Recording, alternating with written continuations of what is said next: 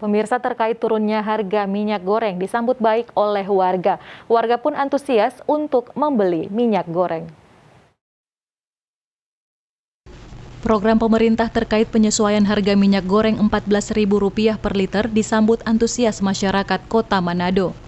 Harga Rp14.000 per 1 liter untuk semua jenis minyak goreng sawit dianggap sangat membantu mengingat saat ini masyarakat masih dalam pemulihan ekonomi pasca pandemi COVID-19.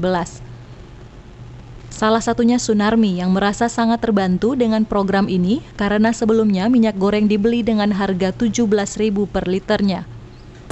Ya senang lah tuh hari ini kan perpedagang kalau minyak goreng lokal kan ini toh jadi mahal. Gimana ya kalau mahal jadi kalau membantu dong pedagang begitu membantu dong Bu. Sekarang jadi membantu kalau harganya sebelum turun. Oh, iya. Sebelumnya Bu dulu harganya berapa? Sebelum Biasa turun sebelum ini 17.700.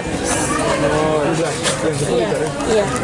Jadi ini 17.700. sangat membantu ini Bu. Iya, membantu sekali.